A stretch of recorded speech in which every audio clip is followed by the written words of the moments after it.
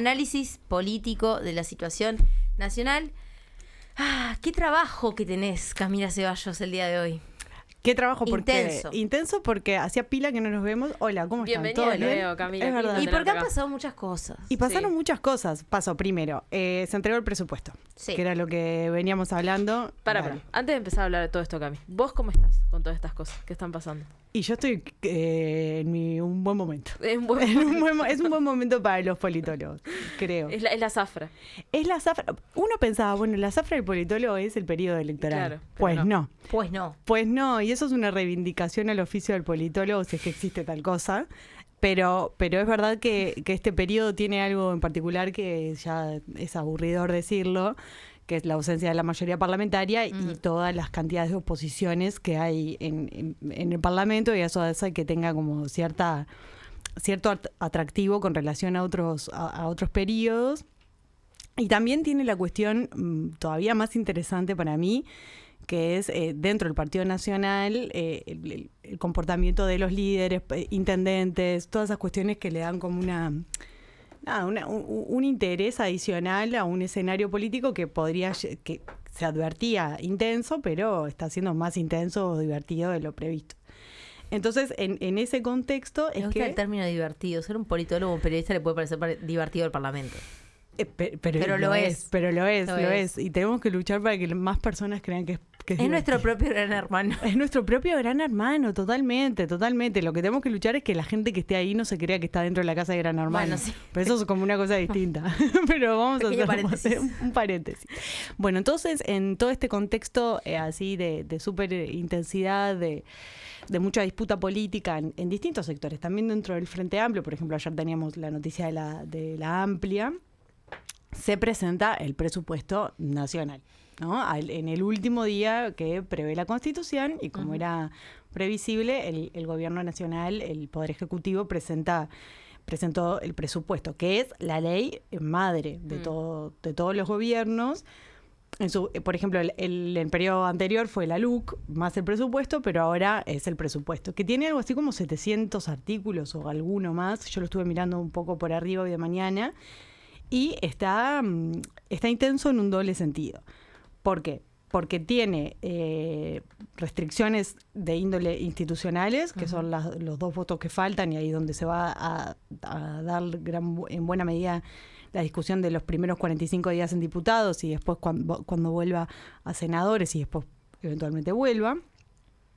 Y después restricciones de índole financieras, estructurales, ¿no? Es un presupuesto bastante pobre, tomando en cuenta... Audaz, dijo. Audaz, que son todos los eufemismos que tienen los ministros de Economía cuando, por ejemplo, quieren hablar de reducción del déficit fiscal, dicen consolidación fiscal, y cuando vos decís pobre, es audaz. Bueno, es poco pobre. Imagínense que la UDELAR pidió 300 millones y lo que hay adicional son 140 para el total del presupuesto, o sea, es una situación bastante compleja. En ese contexto, el gobierno presenta 3 prioridades que ya fueron obviamente desarrolladas por los distintos ministros. El punto es qué se va a ajustar y cómo se va a negociar ese presupuesto, tomando en cuenta las arenas prioritarias, donde además Odone dijo que había mucho margen para la negociación, pero la verdad que no logro ver por dónde se puede llegar a negociar en función de los intereses de los partidos de la oposición y de las prioridades del gobierno. Será recién ahora, que ayer entró a diputados y va a entrar a la Comisión de Presupuesto y Hacienda. Mañana, y ahí empiezan a ir todos los actores. Entonces ahí se va a empezar a ver un poco cómo va a ser la dinámica. Pero es una cuestión de pura negociación. ¿Y eso en qué se va a negociar ahora? Si la primera parte del gobierno, lo que se negociaron entre los partidos políticos fue la participación de los líderes en los entes autónomos, los cargos, digamos. Ahora lo que está para negociarse son la orientación de la política pública, que eso es otra forma de negociar también. Entonces se van a tratar de ir ajustándose a las preferencias de algunos legisladores. Claro. ¿De cuáles? Bueno, probablemente de Cabildo Abierto, que eso ya aparecería como una posibilidad, claro, o de otros. Igual estaba pensando en Perrón y bueno, todas las cosas que se podrían dar a esas negociaciones, y él decía, no recuerdo si fue a La Diaria, dónde que decía, bueno, sería como... No eran estas palabras, pero como que sería grave dejar a un gobierno sin presupuesto, y no decía, bueno, pero vamos a pedir esto, ¿no? Dijo claro, eso a secas. Dijo eso, y también Andújar lo dijo, ¿no? Sí. Dijo, no vamos a dejar a un gobierno sin presupuesto. Sería una situación bastante dramática, pero ahí lo que no estamos viendo, o lo que deberíamos empezar a ver, a seguir es... Nosotros tenemos este presupuesto con esta cantidad de articulado, después tendríamos que ver qué es lo que efectivamente sale. Entonces, claro, cuando vemos lo que sale y quiénes votaron qué, porque el general lo van a votar todos, pero artículo a artículo los votos van a ir cambiando, entonces ahí se van a ver las posiciones de cada uno de los partidos y de cada uno de los legisladores, te diré, y puntualmente de algunos diputados del interior del país, que es donde se va a dar la disputa. Bueno, se dio algo muy interesante también ahora que decías esto de los gobiernos departamentales, Cami. Hace 2 semanas se dio esta reunión entre Francisco Leñán, intendente de Canelones, con toda la bancada de diputados, la bancada si se quiere, porque no existe tal cosa, pero todos los diputados de Canelones, ¿no? De todos los partidos. Y estaba como esta cosa que ellos decían, bueno, vamos a privilegiar primero lo que pasa en Canelones y después lo partidario, ¿no? Claro, y eso va a pasar, y sería deseable, que quizás no todos tienen la misma cantidad de publicidad que tuvo esa reunión, pero la mayoría de los intendentes está teniendo intercambios, o debería tener intercambios, mejor dicho, con sus representantes, porque el estímulo sería doble. O sea, los representantes quieren renovar su banca, y para eso necesitan que lo que ellos negocian políticamente se traduzca en política pública, y ellos le puedan decir a sus electores, mirá que yo hice el puente y yo hice no sé cuánto, y los intendentes quieren que ese presupuesto o ese...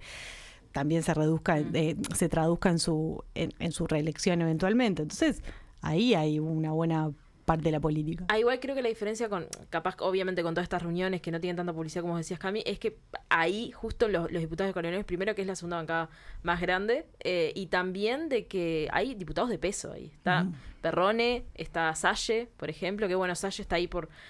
No me queda muy claro por qué, porque en realidad no es de Canelones, pero bueno. Pero hay diputados bastante de peso, incluso el propio Andújar, ¿no? Claro, y por eso, porque tanto Montevideo como Canelones además tienen una característica muy particular, los representantes de allí, básicamente porque son distritos grandes, es que la vocación o el interés de ese tipo de legisladores es mirar las cuestiones nacionales o más país. Obviamente que después los de distritos pequeños están más preocupados por llevar, yo qué sé, voy a poner el ejemplo del puente a Tranqueras, algo que es una caricatura, pero es eso, ¿no? En función de qué distrito representás y el tamaño de tu distrito, también el interés o la vocación o ascendencia que le busques a tu accionar. Canelones, Montevideo, Maldonado son distritos muy grandes, y ahí la disputa es, bueno, posicionarse a nivel nacional. Por eso es una jugada muy interesante la de Leñani, que en su momento también Orsi lo había llegado a hacer, ¿no? Sobre todo cuando después negoció aquello del fideicomiso, ¿se acuerdan? Que también estaba con los ediles. Es común, lo que pasa es que en esta legislatura es mucho más necesario. Sí. Entonces ahí se da esa negociación política constante. Y lo que hay que esperar de este presupuesto, si es que hay que esperar algo, es un periodo de conflictividad.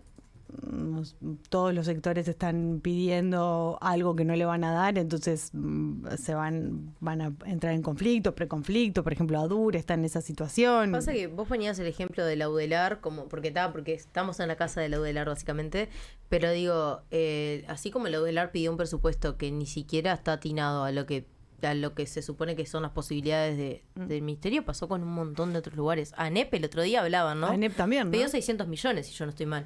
O alrededor de los 600 millones. Y le van a dar prácticamente nada, ¿no? Y se supone que es de los más favorecidos. Sí, entonces, por eso. Es una disputa muy grande. Y aparte son actores que posiblemente podrían haber sido... alianzas estratégicas, no toda la alianza de la educación para, no sé si ustedes se acuerdan, porque son muy jóvenes, pero en el 2022, ¿no? Cuando toda la educación estaba en esa rendición de cuentas, bueno, es esperable un escenario similar. ¿Por qué? Porque todo el sistema de la educación está con una importante demanda presupuestal que se traduce necesariamente en la calidad del servicio público. Lo mismo sucede con ACE, lo mismo sucede con otros servicios públicos que están en esa situación. Lo que pasa es que ahí las prioridades del gobierno son también bastante laxas, porque una de las prioridades es cohesión social. Bueno, dentro de la cohesión social, la educación parece un pilar fundamental, pero en realidad lo que se traduce es algunos ajustes a la matriz de protección social. Y allí tampoco queda muy claro por dónde se va a ajustar para que aparezca el dinero. ¿Por qué? Básicamente porque está el impuesto al GIF y después no mucho más. Hay algún impuesto a TESMU, a cosas así, pero como la cuestión impositiva prácticamente no se puede hablar porque se decidió que ese tema es una mala palabra, está bastante atado el gobierno. Y que también va a marcar lo que va a ser la discusión de acá a noviembre, ¿no? Porque... O sea, con esto también me pasa con esto del impuesto a TEMU. En realidad, si vos te pones a ver, no es un impuesto a todas las personas, es simplemente a la gente que compra por TEMU, porque te dicen, bueno, pero dijeron que no iba a poner impuestos. Entonces va a estar un poco por ahí también. Todo el tiempo, porque hay una cuestión, la política es la disputa por las palabras. ¿No se acuerdan que hace un par de semanas estábamos hablando del genocidio, ¿no? Si nombrar genocidio o no. Uh-huh. Bueno, en buena medida lo que hacen los políticos es disputar palabras y sentido de las palabras. Cuando Orsi en el debate presidencial dijo yo no voy a aumentar impuestos, todos dijimos qué grave error haber dicho esto. Porque se encorsetó solo, digamos. Claro, es amputarse un instrumento de política económica. Sí. No es, los impuestos son una herramienta que tienen los gobiernos. Depende cómo se use y para qué se usen. Pero ex ante decir esto no se va a aumentar en función de posicionarse en un debate que es muy poco importante. Sí. Fue imprudente mirándolo hoy, ¿no? Y después otra cosa que sucede también es que hay una necesidad de no mostrar una voluntad de progresista en el gobierno, ¿no? Por ejemplo, hace un par de semanas Betiana Díaz dijo que la discusión del 1% para el 1% así, era una discusión de 3 senadores. Vos decís, wow, eso no lo... Es un nivel muy salado de decir, esta discusión no la vamos a dar. ¿Pero por qué? Básicamente porque no hay margen de maniobra para los gobiernos progresistas. Es como una cuestión de, bueno, no se puede mover en estos términos, hay que buscar la plata por otro lado. Bueno, pero también para buscar la plata en otro lado hay que habilitar discusiones. Entonces, es un escenario complicado y además... Con la total sensatez de O'Donnell diciendo, si no sale el presupuesto yo me tengo que ir, lo cual es lógico, ¿no? Sí. Entonces se abre un periodo que va a ser intenso, con un gobierno que hace lo que puede con un déficit fiscal bastante elevado y preso de sus palabras, que eso también pasa. Entonces hay que tener paciencia, pero no muchas expectativas, como lo que yo espero. Sí, dale. No, pensaba un poco en esto del encorsetarse a sí mismo, ¿no? Esto de las palabras de uno mismo y también cómo ahora la oposición tiene de alguna manera como carta libre para jugar con eso, ¿no? Que lo están haciendo tanto con TEMU como con lo del 1%, digo, lo van a seguir haciendo con un montón de otras cosas. De alguna manera le dieron la herramienta a la oposición para que durante estos 5 años les hagan el juego político de alguna forma. Claro, y además ese es el juego que la oposición necesita. Una oposición, además, varias oposiciones, ¿no? Que no todas reaccionan de la misma manera. Porque eso hay que también tenerlo bien presente. Una parte del Partido Nacional no es lo mismo que Javier García o Sebastián da Silva o Graciela Bianchi, que no es la misma Graciela Bianchi del periodo anterior, eso también hay que decirlo. El Partido Colorado no es lo mismo Bordaberry y los senadores y diputados de Bordaberry que Andrés Ojeda. Uh-huh. ¿Por qué? Porque cada uno tiene sus intereses y además internamente están disputándose liderazgos. Obviamente que la oposición, vos le dejás un cachón en el gobierno y lo va a agarrar y va a hacer lo que tengan que hacer, porque también lo hizo el Frente Amplio cuando fue la oposición. El punto es cuánto de eso después se traduce a la interna del Parlamento, porque no operan así los legisladores, y los diputados mucho menos. Quizás algún senador, pero los diputados no es así. Y en el medio pasó algo muy interesante, que en todos estos días que no nos vimos, estuvieron las 2 interpelaciones, ¿no? Y ahí que vimos, bueno, una herramienta que tienen los legisladores de la oposición para controlar el Poder Ejecutivo, en un caso bien usada y en el otro un mamarracho. Claro. Pero no un mamarracho por el contenido de la discusión, sino por la forma, por cómo se desprestigia la política en esos términos. Y en el caso de Neptuno, que también fue una estrategia del gobierno de dilatar la discusión. Es válido. Después podemos discutir si es... ¿Qué sentido tiene una interpelación de 14 horas? O sesiones de 25 horas. ¿A quién le están hablando? ¿De qué está pasando? Y ahí es cuando empieza a haber como ciertas brechas entre lo que pasa en la política institucional y la ciudadanía. Claro. Y eso hay que tener mucho cuidado. Porque si vos le preguntás a la gente qué pasó, y probablemente no sepa. Estaba pensando ahora, Cami, con esto que decías de las disputas internas de liderazgo entre los partidos. Lo vimos cuando se votó la ley de eutanasia, que también creo que sucedió cuando en el medio. Claro, en el medio, que también algunos diputados del Partido Nacional acompañaron la iniciativa, otros no, algunos diputados del Partido Colorado acompañaron, otros no. También, ¿cómo crees que se reflejen estas disputas internas entre los partidos que se están viendo? Ahora, incluso Martín Lema se va de aire fresco, está esta puja entre Bordaberry y Ojeda entre sus sectores. O sea, ¿cómo se puede reflejar esto en la discusión presupuestal? Y se va a reflejar por una cuestión que decíamos al principio, porque cada uno de los sectores está tratando de posicionarse, para mí, muy prematuramente de cara a 2029.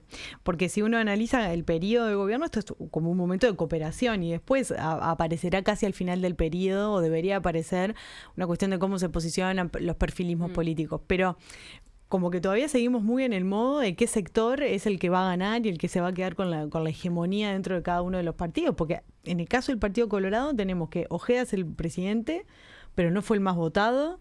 Entonces también generan esas cuestiones.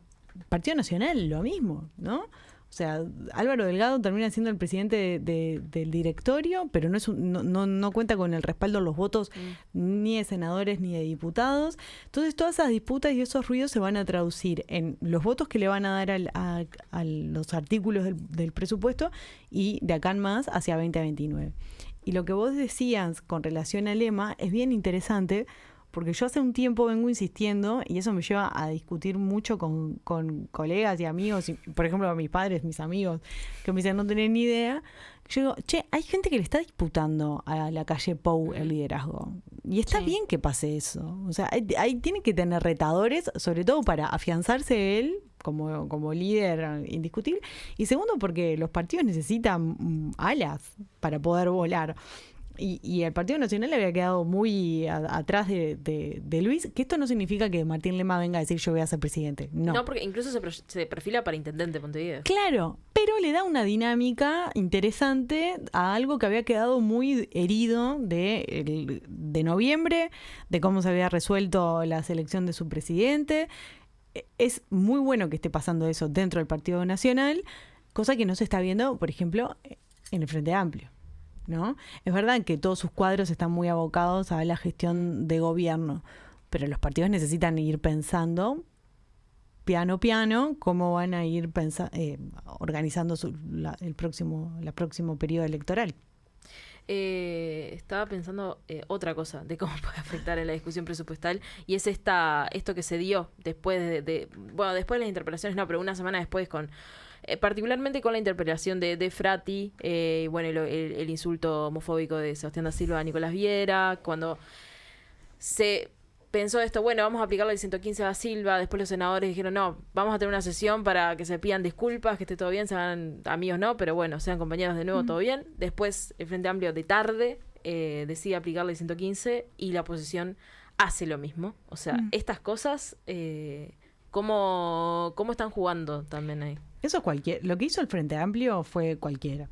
Porque en realidad mucho de lo que pasa en el Parlamento son reglas informales, acuerdos, o sea, que pasan todo el tiempo. Si vos acordás algo, después no te bajes, ¿no? O sea, si Viera aceptó en términos personales un gran problema, porque él no insultó solamente a Nicolás Viera en su condición de, sino que fue un insulto terrible, dijo, no, yo personalmente te perdono. Bueno, cerrá la discusión. Una cosa insólita. Claro, ahí pasa una cosa muy interesante también, que eso pasa solamente en el Senado, donde el Frente Amplio no tiene ningún problema. Claro. Si esto pasaba en diputados, ahí era otra la situación. Por eso la estrategia cuando fue Neptuno y la interpelación fue dilatemos la discusión, dilatemos y se termina resolviendo con esas mociones que la de Cabildo abierto gana. ¿Por qué? Porque la incertidumbre allí es total. En el caso del partido del Senado, no. Entonces se pueden dar estas cosas de desprolijidades y de insensateces. ¿Por qué es eso? Primero, ¿por qué el senador le acepta en términos personales un insulto que trasciende su cuestión personal? Sí. ¿No?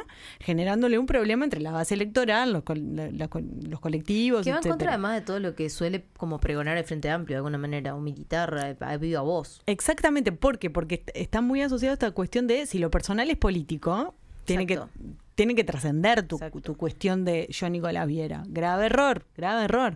Y después todo termina en una farsa de los otros se van de la mesa de coordinación, que eso el Frente Amplio también ya lo había hecho en el periodo anterior. Son cosas que no sirven para nada a la política y que pueden ensuciar el debate, que va a necesitar muchos acuerdos y legitimidad. Bueno, después hay otra, si quiere, cruzada que se dio, eso la semana pasada, este pedido por parte de la oposición de que el jefe de policía de Río Negro, Sergio Soler, renuncie ellos habían pedido porque fue un acto político, pero finalmente Negro lo removió por hacer declaraciones políticas, y después la bancada del Frente, específicamente Caggiani, pidiendo la renuncia del LRT, de Alfonso Lerete a la ANB, a la Agencia Nacional de Vivienda, ahí va, por lo mismo, cuando en realidad Lerete aún no había asumido. Entonces también esta cosa que sea, bueno, yo te la hago, vos me la haces, yo te la hago, ¿no? Es como que no termina aportando nada. No, y eso es política menor total, porque en realidad lo que pasa eso es un recorte que después se sube, la gente lo mira, estos se están peleando y yo tengo el mismo problema que tenían. Cuando en realidad si se están haciendo cosas de política pública que se van a traducir en la mejora de la vida de las personas, bueno, tendría que tener gente que esté defendiendo eso y discutiendo eso en términos de ideológicos, discursivos, pero esto es como una cosa tan lamentable, que se piden renuncias y se piden, cosas que las personas se retracten en función de sus dichos, que está bien, la gente no puede hablar en esos términos, pero Lerete ni siquiera había asumido. O sea, es un poco triste, sobre todo cuando hay que pensar en una política que necesita acuerdos por los desafíos que tiene el país. Bueno, capaz que estaría mejor discutir en términos ideológicos cosas interesantes como impuestos y no pedir renuncia. Yo vuelvo un poquito más para atrás en esto de la situación con Nicolás Viera, el insulto homofóbico de Sebastián da Silva. El hecho de que la bancada del Frente Amplio primero lo haya dejado pasar, segundo lo haya personalizado en vez de tratarlo como el tema que en realidad es un insulto homofóbico que trasciende a la persona de Viera, eso de alguna manera estos perdones, ¿no? Y estas dejadas pasar, ¿no? De alguna manera no habilita también la violencia. ¿No permite que el límite se siga corriendo? Sí, por un lado sí, y por otro es como, bueno, vos me pedís perdón y está todo bien. Como no es tan grave. No es tan grave. Bueno, no. Pero la interpelación de da Silva fue de insultos permanentes. Digo, terminó con el detonante de un insulto homofóbico, pero hay un recopilado de Sin TV. O sea, lo recomendamos. Porque al final uno sigue siempre recayendo en Sin TV. Hay un recopilado de Sin TV en el que se ve que los insultos de Sebastián da Silva son permanentes durante toda la intervención, ¿no? Yendo contra Mujica, yendo contra ¿cómo fue que dijo? El santuario a Mujica, el Santo Pepe. No, hay como una caída en el trato incluso, ¿no? Que a mí hasta me da vergüenza ver que ese sea nuestro parlamento, que se supone que requiere como una responsabilidad en la investidura mucho mayor. Pero más allá de eso veo como que hay un límite que se está corriendo permanentemente, no sé, en términos como análisis político, cómo se traduce eso. Sí, en realidad nosotros tenemos una cosa interesante. Salió una encuesta la semana pasada que hizo la Facultad de Ciencias Sociales y El Observador, que todavía seguimos teniendo una polarización ideológica. Es decir, nuestros partidos están polarizados ideológicamente y no afectivamente, que es esto de, vos me caes mal, te voy a destruir. Lo que pasa es que hay algunos personajes que van en ese sentido. Y no es de hoy, ¿no? O sea, si uno miraba la campaña electoral con Tribilín amordazado, con eso está pasando todo el tiempo. Lo que pasa que para combatir eso, de alguna manera, para juzgar eso, tiene que estar todo el sistema político de acuerdo para evitarlo. Pero después también aparecían tweets de Viera diciendo que Da Silva era un simio. Claro. O sea, ¿qué está pasando por la cabeza de las personas para discutir en esos términos? No. Es lamentable. Es lamentable porque no hay construcción institucional posible cuando vos tenés personas que discuten de esa manera. Y realmente es bastante acuciante ver, o angustiante mejor dicho, ver que se están dando discusiones en esos términos y de esa manera cuando el país tiene problemas muy graves.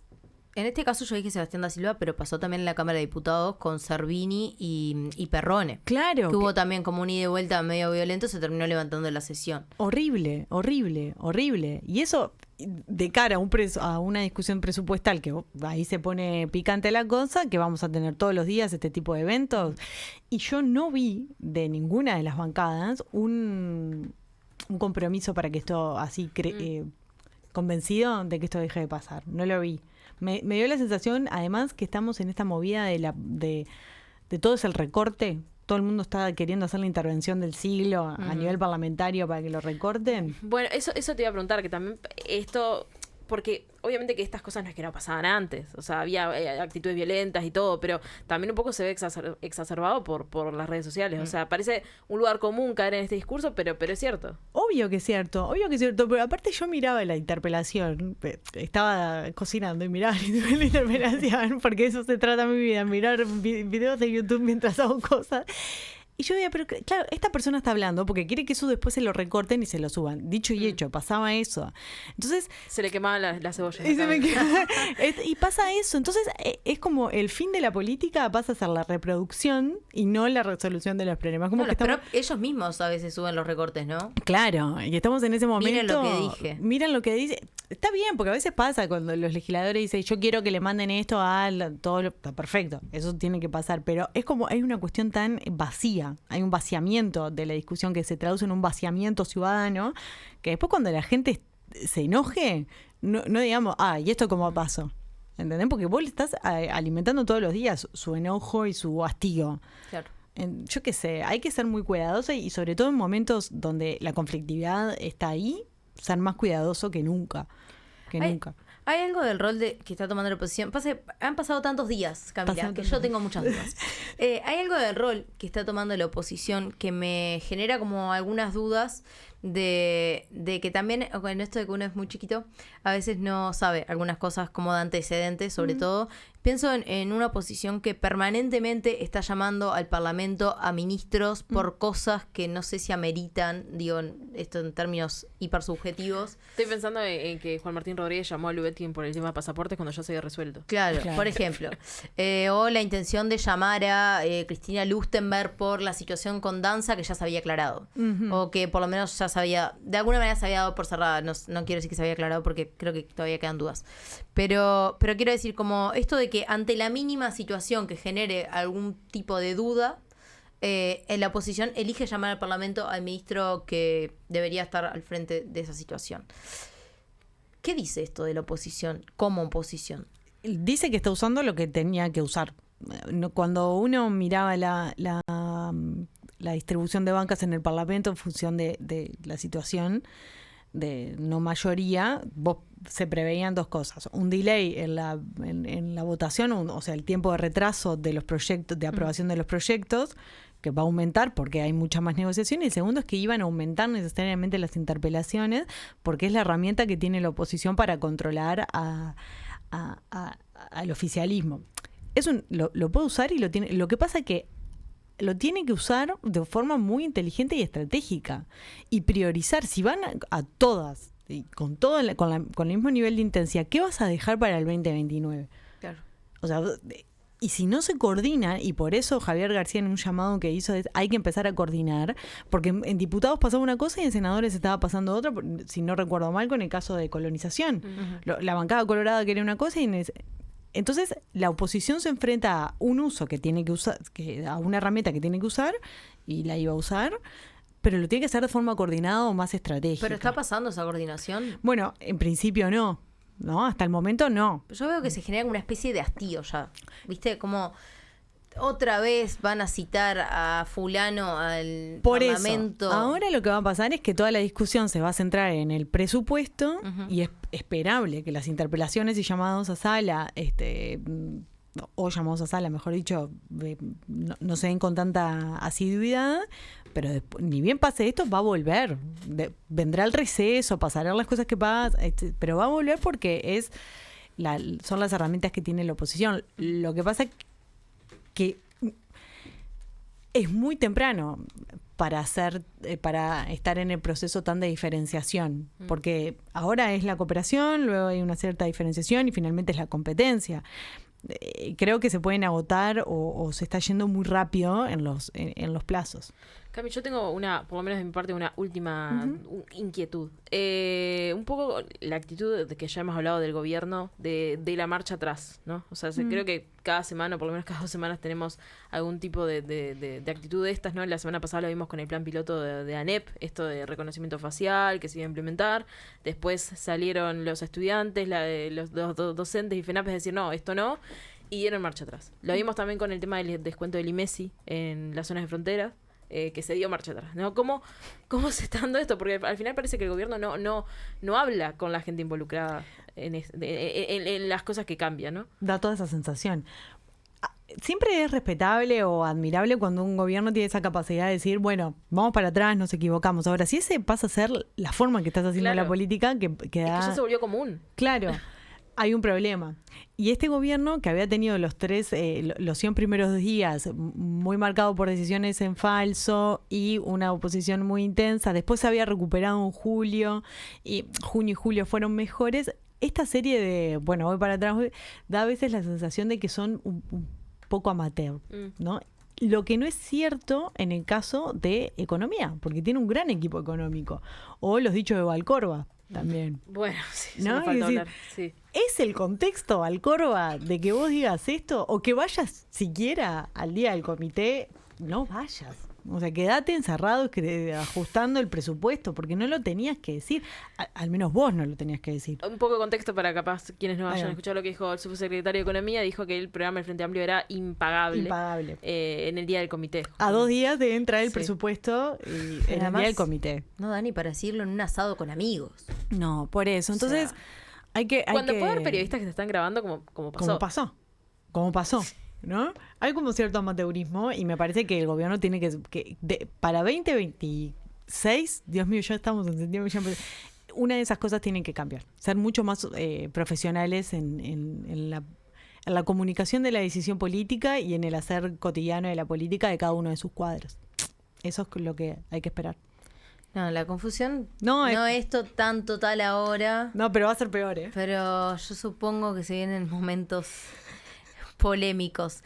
Estamos muy contentas de volver a recibirte. Yo también. Y nos faltó hablar de Orsi aparte. ¿Querés abrir ese capítulo? No, cuando vuelvas. Ahí sí hablamos de Orsi. Okay. Sí, no sé, capaz. Piensa mucho las cosas. Lo conversamos, capaz. Vemos. Camila Ceballos, nuestra politóloga de confianza. Gracias por volver a Comunidad del Arte. Esperamos en 15 días. Así será. Ya volvemos con Comunidad Udelar.